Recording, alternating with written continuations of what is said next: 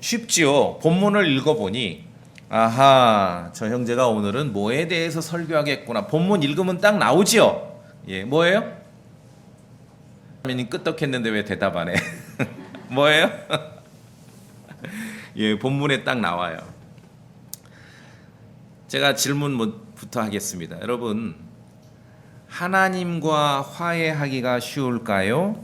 사람과 화해하기가 쉬울까요? 어느 쪽일 것 같습니까? 그냥 여러분 스스로 생각해 보세요.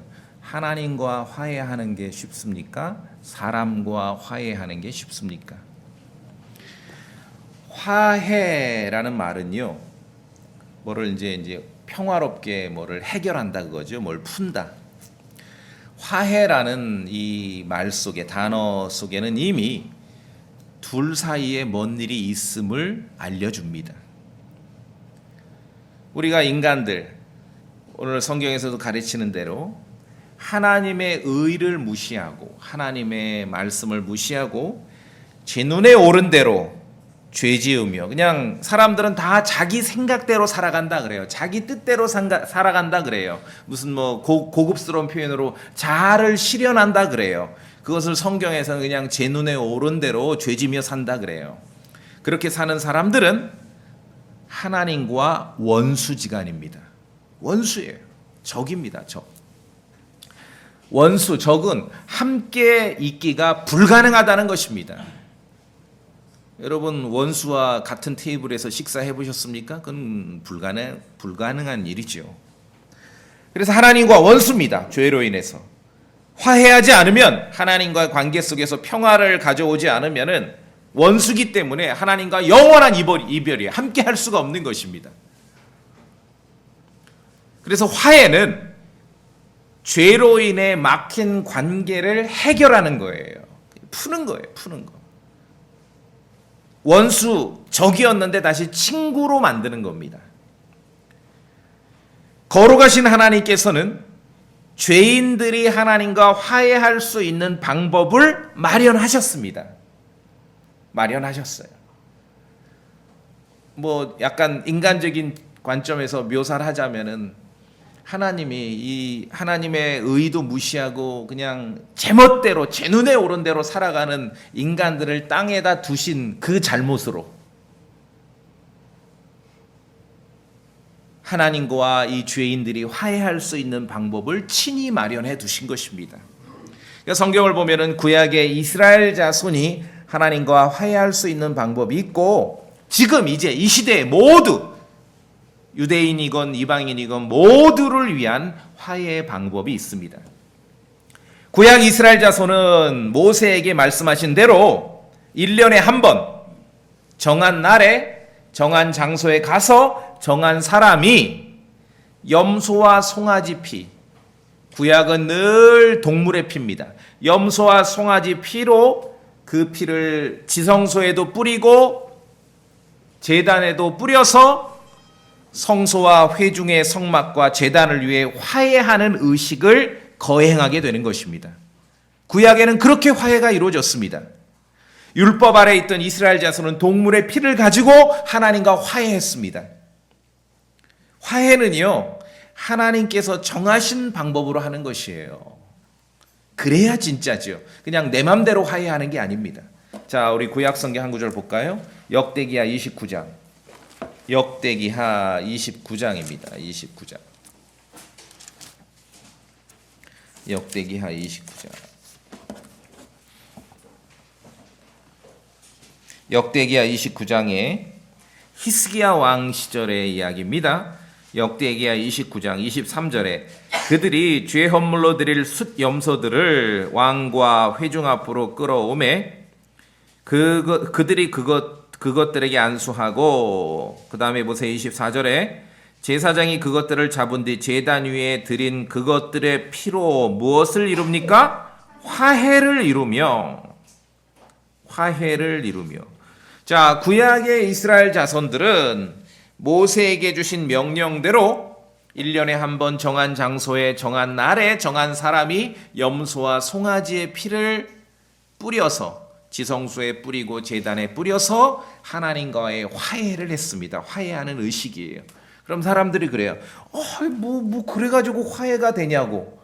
그건 당신들 생각이고 하나님께서 정하신 방법으로 그렇게 하면은 화해가 되는 것입니다. 그 원수됐던 적으로 돌아섰던 관계가 다시 친구가 되고 친해지는 겁니다. 자, 이제 지금은 죄인들이 어떻게 화해하는가?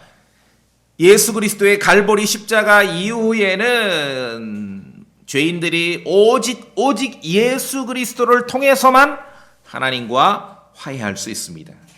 죄인이 하나님과 화해할 만한 다른 방법은 없습니다. 오직 예수 그리스도를 통해서만 화해하는 것이에요. 오늘 본문에 나와 있죠? 18절 다시 봅니다. 모든 것이 하나님에게서 났으며 그분께서 예수 그리스도를 통해 우리 자신과 화해하게 하시고, 하나님께서는 원수된 죄인들, 인간들과 화해하기를 원하시는데 그 화해하는 방법은 하나님께서 정하신 방법입니다. 예수 그리스도를 통해서 화해하는 것이에요. 자, 성경에는요, 죄인들이 예수 그리스도를 통해 구원을 받는데, 구원받는 것을 구원과 죄사함 요 정도 말로만 이해하면은요 안 돼요. 그것도 물론 훌륭하고 좋은 일인데 구원과 죄사함 정도로만 이해하면은요 사고 쳐요. 구원받은 크리스천들인데 사고 친다니까요. 성경을 우리가 알고 읽고 말씀을 배워간다는 것은 성경에서 우리에게 알려주는 풍성한 그러한 진리와 내용과 표현 방법, 아주 다양한 표현 방법, 다양한 어휘들을 배우는 것입니다. 오늘 사실 구원을 하나님과의 관계 속에서 관계 정상화되는 것을 성경은 화해라고 말하고 있는 거예요. 화해. 예수 그리스도를 통해서 우리가 하나님과 화해하는 것입니다. 여러분, 하나님과 화해하셨습니까? 예수 그리스도를 통해서 화해하셨습니까? 예. 우리가 하나님과 원수였고 죄인이었다가 예수 그리스도를 통해서 화해하는 것입니다. 그런데 하나님과의 화해는 말씀드렸듯이 그냥 거저되는 게 아니라 예수 그리스도의 죽음을 통해서 가능한 것이에요. 우리로서는 거저받는 것 같고 우리는 그냥 믿기만 하면은 화해되는 것 같은데, 예수 그리스도의 죽음이 있었기 때문에 가능한 것이에요. 이 모든 것들을 하나님께서 그렇게 마련하셨습니다. 그리스도께서 화해 헌물이 되셨다, 이런 말 들어보셨죠? 로마서 3장이나 요한일서에 보시면은 그리스도께서 화해 헌물이 되셨다. 하나님과 죄인이 화해하기 위해서 그냥 되는 게 아니에요. 뭔가 작업이 필요한데 그것은 그리스도의 죽음입니다. 십자가의 죽음입니다. 그래서 그 그리스도의 십자가의 죽음을 성경은 또 화해 헌물로 표현합니다. propitiation, 그런 말을 씁니다. 그 말은 그리스도께서 화해 헌물이 되셨기에 하나님께서 죄인을 향한 그런 불쾌한 감정을 거두실 수 있는 거예요. 그냥 화해하고 관계 정상화하는데 맨입으로 그거는 성경적이지 않아요. 맨입으로 되는 거 없어요. 아시겠습니까? 뭔가 액션이 있어야 돼요. 뭔가 변화가 있어야 됩니다. 로마서 5장 10절 말씀에 우리가 원수였을 때 여러분 인정하셔야 돼요. 이전에 우리가 원수고 죄인이었고 하나님과 적이었습니다. 원수였을 때 하나님의 아들의 죽음에 의해 하나님과 화해하게 되었다. 여러분 믿으십니까? 하나님과 화해하셨습니다. 여러분 구원 받으셨죠? 이것을 성경은 로마서 5장 10절은 하나님과 화해했다고 그렇게 기록하는 것이에요. 그러니까 말씀드렸죠? 내가 구원받았다. 구원과 죄사함 이렇게만 알면은 제가 장담합니다. 그런 성도, 그런 크리스천은 사고칩니다. 사고쳐요. 성경을 그렇게 알고 신앙생활을 그렇게 해가는 거 아니에요. 화해하면 화해해요. 그리스도를 통해서 하나님과 화해한 사람에게는 하나님께서 그 사람들의 죄를 절대로 그들에게 떠넘겨서 네가 이 죄값을 치러야 된다, 그렇게 요구하지 않으십니다. 그건 화해가 아니거든요. 원수였다가 친구가 되고 관계 정상화가 되는 것은 묻지 않는 거예요. 탓하지 않는 거죠. 그렇죠? 그래서 말씀에 있는 대로 범법들을 그들에게 책임지지 않으십니다. 그게 화해한 것입니다. 정말 여러분 스스로 확인해 보셔야 돼요. 하나님과 화해하셨습니까? 예수 그리스도를 통해 하나님과 화해하셨습니까? 자, 말을 바꾸니까 구원받았어요 하니까 예, 구원받았습니다. 죄사함 받았어요. 예, 죄사함 받았어요. 다시 태어나셨어요. 예, 다시 태어났어요. 하나님과 화해하셨어요 하니까 좀 민기적 주저. 성경에 있는 말들과 성경의 표현들을 우리가 정확하게 알아야 우리 스스로에 대해서 하나님과 어떤 관계고 내가 어떤 상태에 있는지를 말할 수 있는 것입니다. 여러분, 예수 그리스도를 통해서 하나님과 화해하셨죠? 예, 화해하셨어요. 정말 예수 그리스도, 이전에는 원수였지만 예수 그리스도 하나님의 아들의 죽음에 의해서 하나님과 화해하게 되었습니다. 저는 그냥 예수님을 믿었을 뿐인데, 그래, 그거를 화해했다고 하는 거예요. 나는 그냥 죄사함 받은 확신을, 그거를 화해했다고 하는 거예요, 성경에서. 하나님과 화해하셨죠? 그러면은 하나님과 화해한 사람으로 사셔야지요. 여러분을, 우리 성도들을 보고 꼭 그렇게 말하는 거 아니에요. 이 시대에 너무 많은 크리스찬들이, 아이들은 알 텐데 앵그리버드처럼 살아요. 늘 화났어. 그게 화해한 사람, 하나님과 위대한 신과 화해하고 관계를 정상화한 사람의 모습이에요? 앵그리버드처럼 살아가는 게? 왜 그래요? 교회 가서 좀 누구 만나 진지한 얘기하려면 부담스럽죠. 막 화났어 다. 왜 그래요? 왜 성경은 오늘 고린도후서 5장은 그냥 구원이라고만 말하고 죄사함으로 말아서 그냥 대강 퉁치고 넘어가면 되는데, 또 새로운 표현으로 또 이런 화해한다 이런 말씀으로 왜 표현할까요? 이걸 알아야 우리의 신분과 신원과 우리의 태도와 자세를 배울 수 있기 때문에 그렇습니다. 화해는요, 원수였다가 관계가 문제가 해결돼서 관계 정상화, 친구 되는 거예요. 그래서 여러분 성경에서 자주 보죠. 예수님께서 제자들에게 너희는 내 친구다. 그렇죠? 친구 되는 거예요. 여러분 친구예요. 그리스도 안에서 우리가 하나님과 화해한 사람들은 친구가 되는 거예요. 예수님께서 제자들에게 내가 너희를 친구라고 하였다. 친구라고 부르는, 노예가 아니다. 이제 친구라고 부르겠다. 하나님도 아브라함을 친구라고 부르셨죠. 친구라고. 그것은 화해했다 이 말이에요. 화해. 어른들 그러잖아. 엄마들, 와, 친구끼리 왜 싸우냐, 빨리 화해해라. 예, 그 말을 너무 잘 안 해요. 그게 고린도후서 5장의 진리예요. 본인도 정작 화해하셔야지요. 앵그리버드가 아니라. 아시겠죠? 예. 그리스도의 죽음은 죄인과 하나님을 화해하게 만듭니다. 우리가 그 그리스도의 죽음을 받아들일 때 원수였던 하나님과의 관계가 해결되고 화해하게 되고 친구라고 불릴 수 있는 것이에요. 또 그리스도의 죽음은 그래서 사람과 사람도 화해하게 만듭니다. 예수 그리스도는 우리의 화평입니다. 평화이십니다. 죄로 막혀있던 원수였던 관계를 해결하실 뿐만 아니라 서로를 무시하고 서로 차별하여서 깨어진 관계도 화해시킵니다. 그것이 그리스도의 죽음이고 우리가 믿는 그리스도의 복음의 능력이라는 것입니다. 하나님과 화해한 사람들은 서로도 화해해야 돼요. 만약에 그런 일은 없지만 화해 좀 원수처럼 여겨요. 오늘 이 설교를 들었다면, 여러분 아멘 하셨다면 문 열고 나가기 전에 화해하셔야 됩니다. 그게 하나님과 화해한 사람들의 정상적인 모습이에요. 이방인과 이스라엘도, 유대인과 이방인 이교도들도 예수 그리스도의 십자가 안에 있으면 서로 화해가 되는 거예요. 절대 함께 할 수 없는 종족이거든. 지금도 보세요. 맨날 뉴스 뭡니까? 미국 뉴스, 유럽 뉴스, 그 다음에 이스라엘 맨날 이란하고 싸운다 얘기가 함께 할 수가 없어요. 나한테 맡기면 제가 해결해요. 이거는 국제 정치로 해결되는 게 아니에요. 예수 그리스도로 와야 해결되는 것이에요. 그래야 화해가 가능하거든요. 유대인과 이방인은 그리스도의 십자가로만 화해할 수 있는 것입니다. 도저히 함께할 수 없는 사람들이 예수 그리스도 안에서 화해하는 것입니다. 에베소서 2장 봅시다. 에베소서 2장.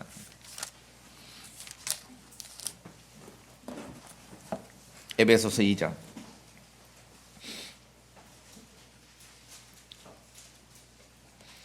자, 13절에 한때 멀리 떨어져 있던 너희가 이제는 그리스도 예수님 안에서 그리스도의 피로 가까워졌느니라. 한때 멀리 떨어져 있었다. 원수였단 얘기죠. 원수였다. 그렇죠? 자, 14절, 에베소 2장 14절 같이 읽습니다. 시작. 그분은 우리의 화평이시니라. 그분께서 둘을 하나로 만드사 우리 사이의 중간 분리벽을 허무시고 이 파티션이 다 쳐져 있거든요. 원수 관계가 안 좋아요. 싸웠어. 그럼 다 사람들 사이에도 파티션이 쳐져 있어요. 그런데 예수 그리스도의 죽음으로 예수 그리스도의 피로 말미암아 이 모든 파티션을 다 무너뜨리는 거예요. 화해를 가져오는 거예요. 화해. 그리스도의 죽음은 죄인과 하나님과의 화해를 가져오고 그리스도의 죽음은 사람과 사람 사이에도 화해를 가져오는 것이에요. 이것이 복음의 능력입니다. 자, 계속 제가 볼까요? 15절. 원수되게 하는 거, 그렇죠? 즉 규례들에 수록된 명령들의 율법을 자기 육체로 없애셨으니 이것은 둘을 자기 안에서 하나의 새 사람으로 만듦으로써 어떻게 했습니까? 화평을 이루려 하심이요. 16절 같이 읽습니다. 시작. 또 십자가로 그 원수되게 하는 것을 죽이사 친히 십자가로 둘을 한 몸으로 하나님과 화해하게 하려 하심이라. 이 본문은 유대인과 이방인이 이렇게 화해한다. 예수 그리스도 안에서 전부. 그런데 화해라는 말, 평화와 화평이라는 말이 나올 때 꼭 나오는 게 뭡니까? 원수지요, 원수. 예수 그리스도의 십자가는 죄로 인해서 원수되었던 인간과 하나님을 화해시킵니다. 우리가 그랬습니다. 우리가 그리스도 안에서 하나님과 화해했습니다. 예수 그리스도의 십자가는 서로 무시하고 차별하고 욕함으로 갈라지고 파티션으로 분리됐던 인간과 인간, 유대인과 이방인마저 화해시키는 것입니다. 이것이 그리스도의 십자가의 권능이고 능력이라는 것이지요. 그러니까 아까 말씀드렸지만 하나님과 화해했다는 사람이 앵그리버드처럼 살아가는 거, 이거는 죄예요, 죄. 그렇죠? 이건 정말 부정하고 불법입니다. 따라서 예수 그리스도 안에서 하나님의 화해하심을 우리가 알고 복음의 능력을 알고 그리스도의 십자가가 이룬 일을 안다면은 그리스도 안에 있는 사람들을 두고 또 다른 차별의 이유를 만들어서는 안 된다는 것입니다. 이건 십자가의 원수들이 하는 짓이에요.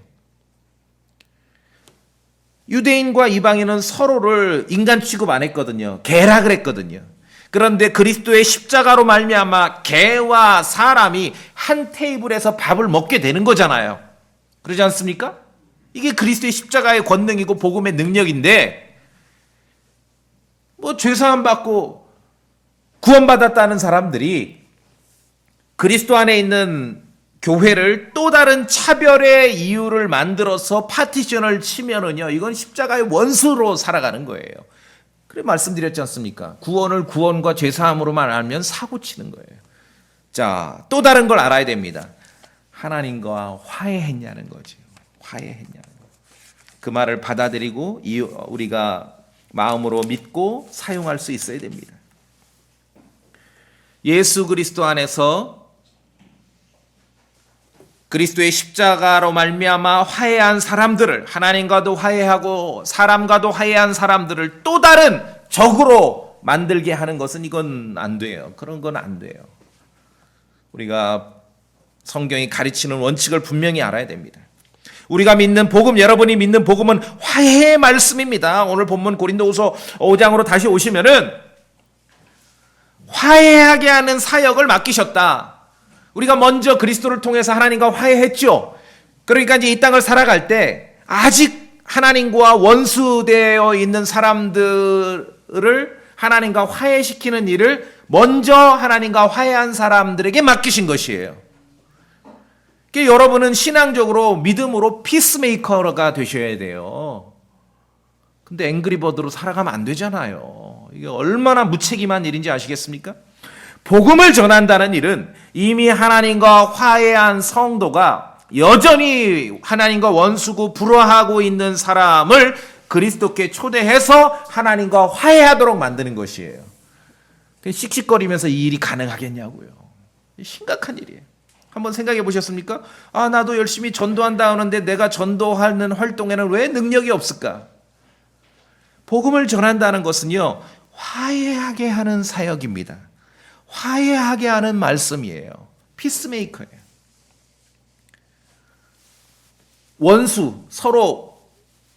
원수가 뭡니까? 못 잡아먹어서 안달이고 서로 함께 할 수 없지요. 영원한 이별이지요. 그런 사이를 개입해서 화해시키는 거예요. 이게 얼마나 막중한 임무인지 아시겠습니까? 뭐 간단히 뭐 그냥 복음 전한다, 뭐 전도지 돌린다, 그 정도로만 묘사해서는 충분치 않다는 거예요. 엄중한 책임감을 느껴야 되는 것입니다. 화해하게 하는 사역, 말씀에 있지요? 16절에, 18절에 화해하게 하는 사역을 우리에게 주셨으니, 또 19절에 화해하게 하는 말씀을 우리에게 맡기셨느니라. 여러분이 맡은 것은 화해시키는 사역이고, 여러분이 맡은 것은 화해시키는 말씀이라는 겁니다. 근데 어떤 크리스찬이 있는데 나타나기만 하면은 싸움이 나고 분쟁이 나고 논쟁이 나. 회개해야 됩니다. 아시겠습니까? 회개해야 돼요. 그런 사람들. 복음의 능력을 모르는 것이죠. 그래서 구원을 구원과 죄사함으로만 알면 제가 말씀드렸죠. 사고칩니다. 구원 안 받았다는 얘기가 아니라 하나님의 말씀을 통해 나의 어떤 영적인 신분과 책무와 책임을 정확하게 알아야 되는데 이걸 모르면 사고치는 것입니다. 그리스도의 복음의 권능은 화해하게 하는 말씀에 있습니다. 화해하게 하는 말씀을 전한다면서 저 자신은 만약에 다른 사람과 불화한다면은 정말 고민해보고 생각해봐야죠. 의심해봐야죠. 쉬 다투는 사람은 이 사역에 적합치 않습니다. 그래서 성경 어디 읽어보면은 왜 뭐 주의 종은 다투지 말아야 되고, 그게 그냥 있는 말이 아니에요. 구원받았다는 게, 그리스도의 복음을 믿는다는 게 뭡니까? 원수였던 죄인이 그리스도를 통해서 하나님과 화해했잖아요. 원수가 친구가 됐지 않습니까? 그런데 그 임무를 맡겨주셨어요, 우리에게. 그런데 이게 화내서 할 일이냐고요. 쉽게 분노해서 할 일이냐고요. 그렇죠? 물론 싸우고 다투면서 해도 그리스도는 선포됩니다. 빌립보서 1장에. 그런데 그것은 거칠애라고. 그러니까 싸우고 다투면서 해도 그리스도는 선포되지만 본인 자신은 거칠애라고 성경은 가르칩니다. 정작 본인에게는 아무런 유익이 없다는 것이에요. 여러분이 믿는 복음은 화해의 말씀입니다. 이 진지하게 이 정말 실체를 공감하지 않으면은 전도지를 돌리고 내가 열심히 복음을 전한다 하면서도 본인은 영적으로 퇴보할 수가 있어요. 정말입니다. 이 심각한 얘기예요. 이전에는 우리가 원수였다가 예수 그리스도를 통해서 하나님과 화해하셨지요? 예, 그렇다면은 정말 화해할 줄 아는 그러한 성도의 삶으로 살아가셔야 됩니다. 그리스도의 십자가의 원수처럼 살아가지 마시고, 그래야 죄인과 죄인에게 가서 하나님과 화해하라고 말할 수 있을 거 아닙니까? 그 직무를 맡은 사람을 20절에 보니까 우리가 그리스도를 위한 대사로서, 여러분 상식적으로 일국의 대사면은 좀 직급이 높아요, 낮아요? 한 나라를 대표하지 않습니까? 한 나라를. 여러분은 하나님의 왕국에 그냥 교회를 대표하는 게 아니라 하나님의 왕국을 대표하는 것이에요. 대사예요, 대사. 자, 처음 질문. 하나님과 화해하는 것이 쉽겠습니까? 사람과 화해하는 것이 쉽겠습니까? 하나님과 화해하는 것은 한 가지밖에 없습니다. 조건이. 예수 그리스도를 통해서 화해할 수 있습니다. 그런데 저도 그렇고 여러분도 그렇고 사람과 화해하려면 조건이 많죠. 예, 제가 볼 때는 하나님과 화해하는 게 훨씬 쉬워요.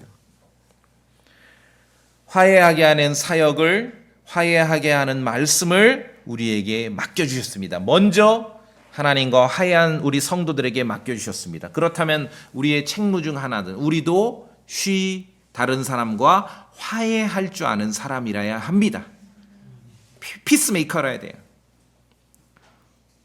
사역은 맡았다는데 왜 힘이 없고 권능이 없는가? 아까 말씀드렸잖아요. 괄호 열고.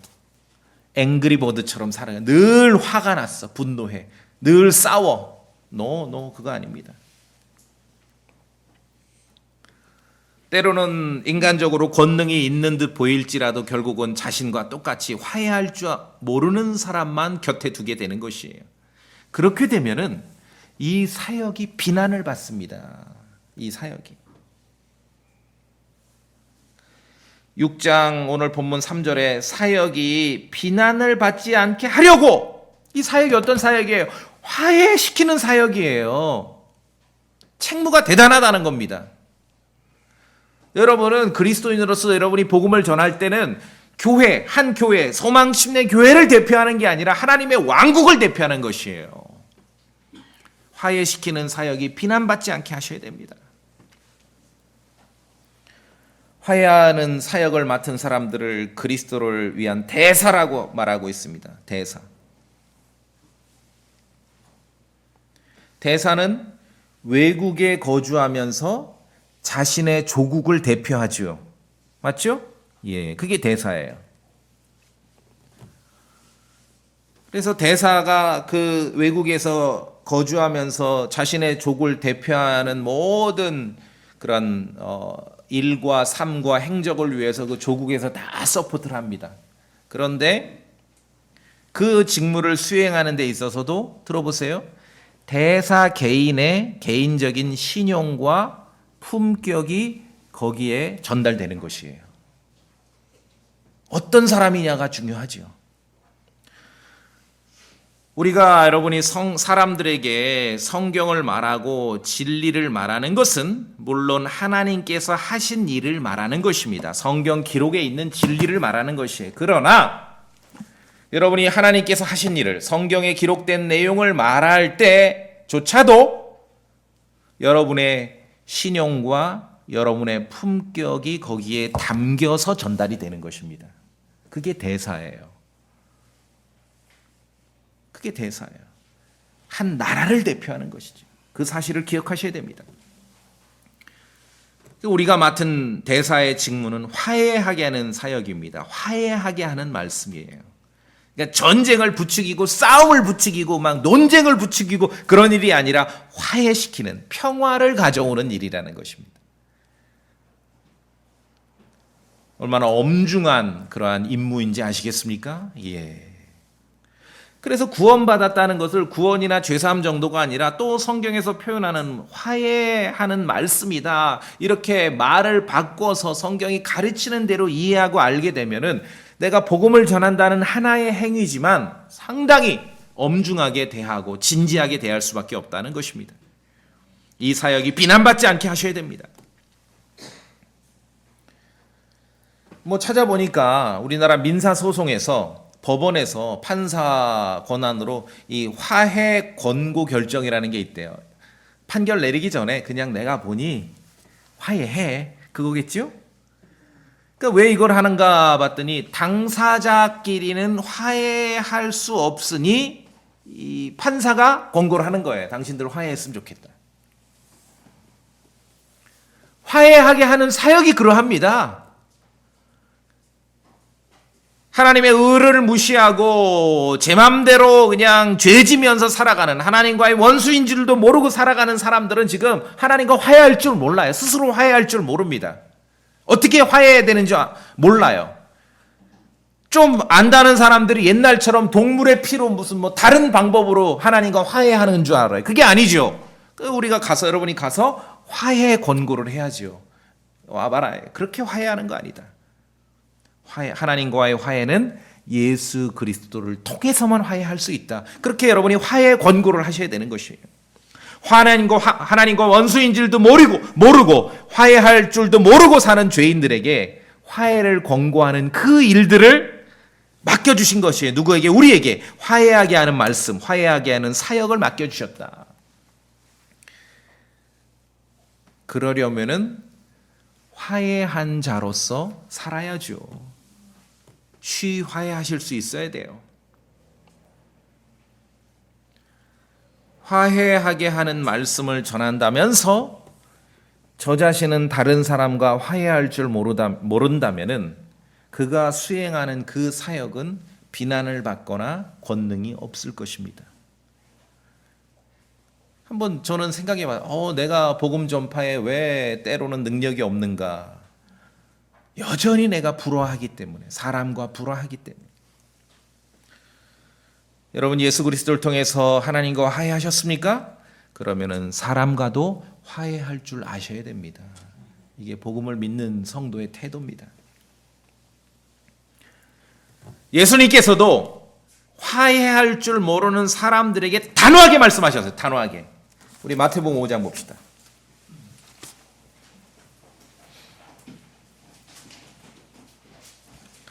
마태복음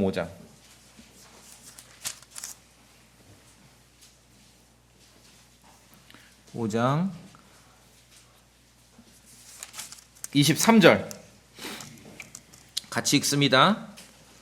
마태복음 5장 23절입니다.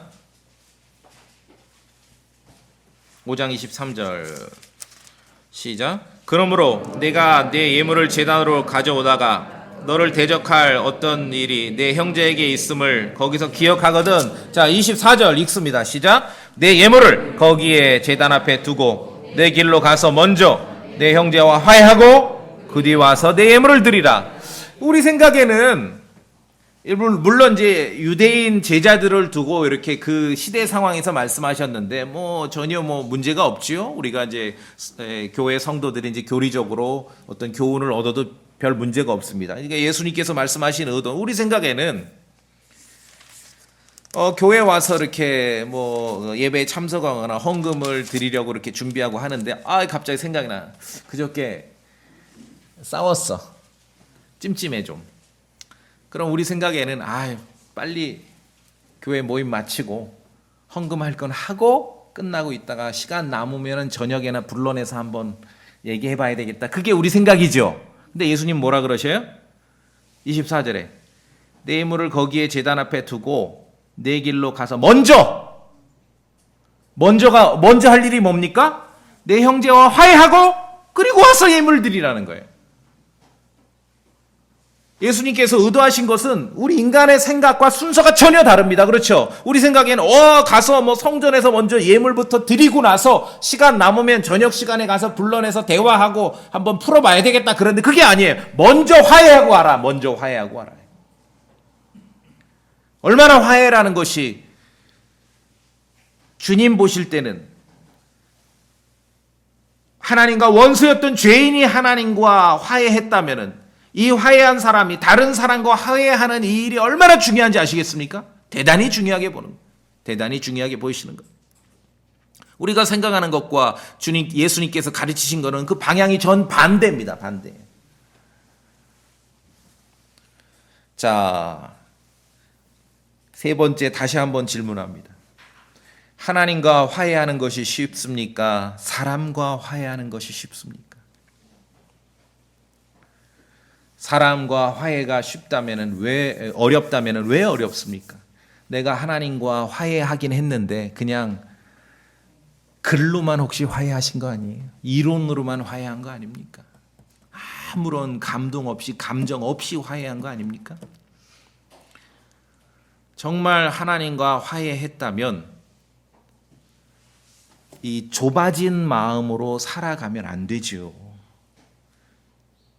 하나님과 화해했다면 마음을 넓혀 열고 다른 사람과도 화해하며 살기를 주님은 원하시는 것이에요.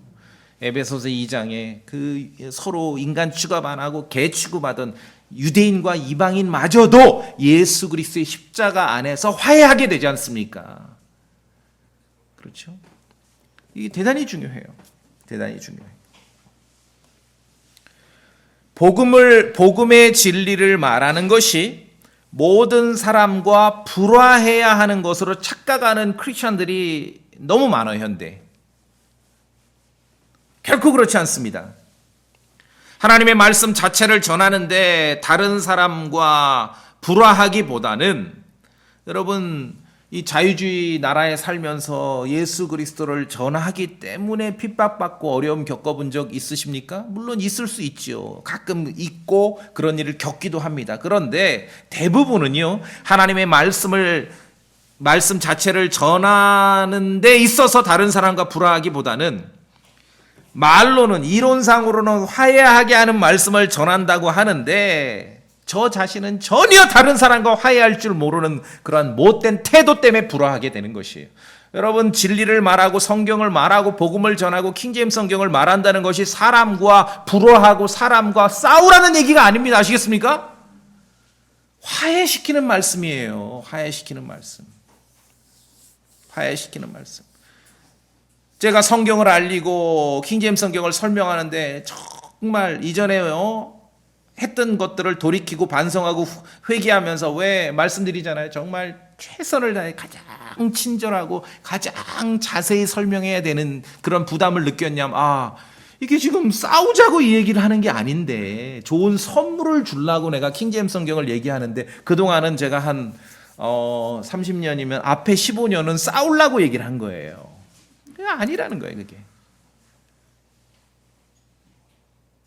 정말 생각해 보십시오. 여러분, 그리스도의 말씀과 성경의 진리를 이해하기 했기 때문에 핍박받고 어려움 겪는 정도 물론 있습니다. 그런데 그것도 있지만 또 다른, 핑계대지 마세요. 대부분은 화해할 줄 모르는 그런 못된 태도 때문에 불화하기도 하는 것이. 이전에는 하나님과 원수였다가 그리스도를 통해 하나님과 화해하셨습니까? 그러면은 물론 예외적으로 가져올 특수 예도 있겠지요. 십자가의 원수도 있다고 하니까 십자가의 원수들하고는 또 화해하기는 어려울 거 아닙니까? 그런데 하나님 말씀대로 하셔야 돼요. 로마서 12장 18절 말씀에 가능하다면, 무조건이 아니에요. 가능하다면 뭐라고요? 가능하다면 너희가 할 수 있는 대로 모든 사람과 화평하게 지내라. 이 하나님 말씀입니다. 여러분, 그렇게 하실 수 있겠습니까? 무조건이 아니라 다 아셔요. 주님도 가능하다면 너희가 할 수 있는 대로. 우리가 말하는 복음은, 우리가 전하는 하나님의 말씀은, 내가 전하는 복음은, 내가 하는 설교는 나의 신용과 나의 품격으로도 전달되고 있는 것이에요. 그것을 여러분 꼭 기억하십시오. 여러분이 누구에게 성경을 말하고 복음을 말하고 예수 그리스도를 말하고 킹제임스 성경을 말할 때 물론 하나님께서 하신 일을 우리가 그냥 전달자로서 전달할 뿐이지만 여러분의 신용과 여러분의 품격이 거기에 같이 전달이 되는 것입니다. 자, 그래서 오늘 고린도 후서 5장 말씀으로 다시 한번 돌아와 보겠습니다. 성경에 있는 그런 표현들 그 자체를 우리가 익숙하게 받아들일 수 있어야 됩니다. 구원받았다고 하는 거죠. 누구든지 그리스도 안에 있으면 새로운 창조물이라. 그런데 오늘 본문의 설명은 다른 용어를 쓰는 거예요. 하나님 화해했다. 그래서 화해하게 하는 사역을 우리에게 주셨다. 19절에 화해하게 하는 말씀을 우리에게 맡기셨다.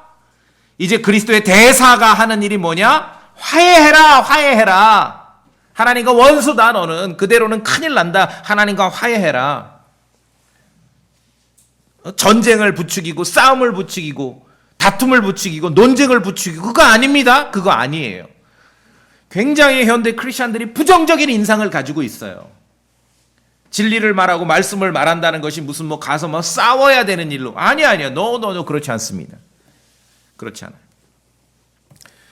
그래서 제가 어느 순간 이 말씀을 보면서 좀 저에게도 깨달음이 있어서 아까 로마서에 있는 대로 가능하다면 할 수 있는 대로 모든 사람과 화평해야 되는구나. 그게 내가 하나님과 그리스도를 통해서 화해한 사람의 모습이겠구나. 그 생각이 들더라고요.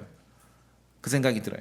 그래서 저는요, 여러분 아시지만 어떤 진리 면이나 교리 면에서는 매우 엄격합니다. 근데 사실은요, 이제 저랑 개인적으로 이렇게 대화를 오래 해보시면 알겠지만 사람에 대해서는 굉장히 리버럴합니다. 사람에 대해서. 화해할 줄 알아야 되거든요. 그렇죠? 화해할 줄 알아야 돼요. 죄인에게 하나님과 화해하라고 말하면서 저는 다른 사람과 화해할 줄 모른다면 능력 없습니다. 그거는 거칠애입니다. 거칠애. 말씀드렸죠? 말을 하면서 그리스도를 말하면서도 어떤 사람은 영적으로 퇴보할 수도 있다는 것이죠. 마음의 태도가 중요한 것입니다. 마음의 태도. 자, 그래서 우리 그리스도인은 하나님과 화해하셨습니까? 그럼 여러분은 다 평화주의자라야 돼요. 애써 평화주의자, 피스메이커. 여러분이 가는 곳에 평화와 화평이 있어야 됩니다. 멀어졌던 친구 사이도 가까워질 수 있어야 돼요. 그렇죠? 싸웠던 사람들이 화해할 수 있어야 돼요. 그렇게 하셔야 돼요. 그렇게 하셔야 돼요. 성도가 그 일을 하는 것이에요. 그런데 우리가 그냥 상식적으로 이제까지 경험상 가장 싸움과 분쟁이 많은 곳은 교회예요. 이게 얼마나 반복음적인지 아시겠습니까? 반복음적인지. 그거 아니에요. 그런 부정적, 그건 나쁜 거예요. 잘못된 거예요. 평화예요, 평화. 화평, 평화. 사람과 사람 사이에 가로막혔던 그 모든 파티션을 예수 그리스도께서 다 제거하시지 않습니까? 그게 복음의 권능이고 능력이라는 것이에요. 돌이켜 보십시오. 여러분 화해하셨습니까? 예, 그게 복음의 권능입니다. 그리스도의 십자가의 능력은 화해에 있습니다. 화해하게 하는 사역, 화해하게 하는 말씀을 우리에게 맡기셨어요. 자, 골로새서 1장 말씀 보시겠습니다. 골로새서 1장.